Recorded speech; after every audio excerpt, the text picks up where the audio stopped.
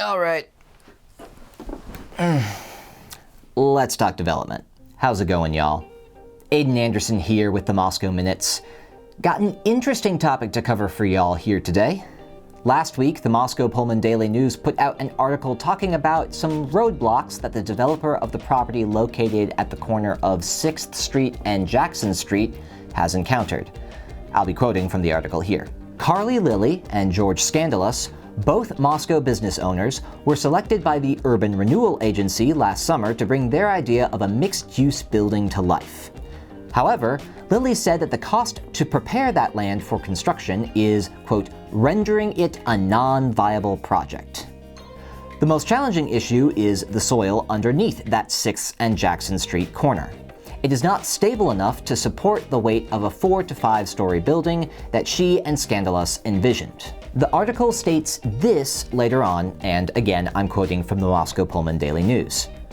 Lilly said they were not made aware of the soil issue when they were previously selected by the Urban Renewal Agency to develop 6th and Jackson Street in 2015. During this second attempt, it was not until they partnered with their construction and design teams that they were informed about these problems. This has been investigated and remediated and managed and inspected so many times that we thought, well, certainly, it's buildable, she said. Lilly said there is a chance that a 3-story structure may be profitable enough to pursue building. Lilly and Scandalous will meet with their design team again to explore this option. The Urban Renewal Agency will discuss this at its upcoming meeting in February. Agency officials appeared open to the idea of rerouting Hello Walk to make development easier. They are also considering seeking funding to cover the expenses of preparing the site for construction.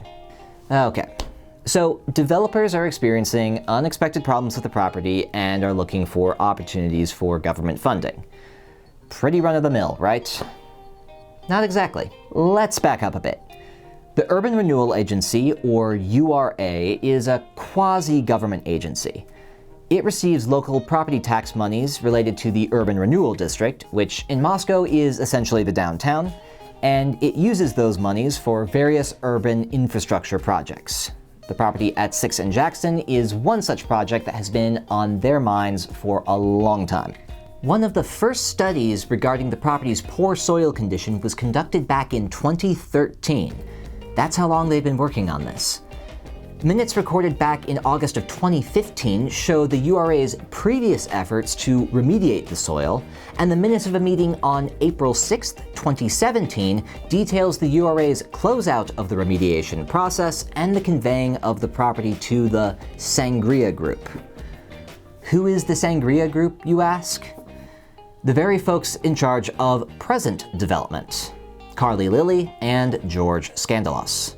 An email chain from later in April of 2017, the same April in which the property was conveyed to the Sangria Group, shows some discussion between Scandalous and Lilly regarding the known soil issues.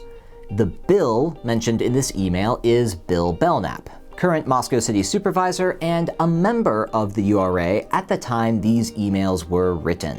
If Scandalous and Lilly have been involved with this project off and on since 2017, and by their own emails were made aware of the soil issues when they first got involved, why are they quoted in the newspaper as having been not made aware of the soil issue and not informed until now in 2024?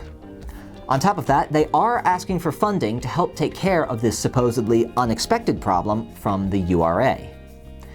It's one thing for a developer to ask for public funding to help solve a problem.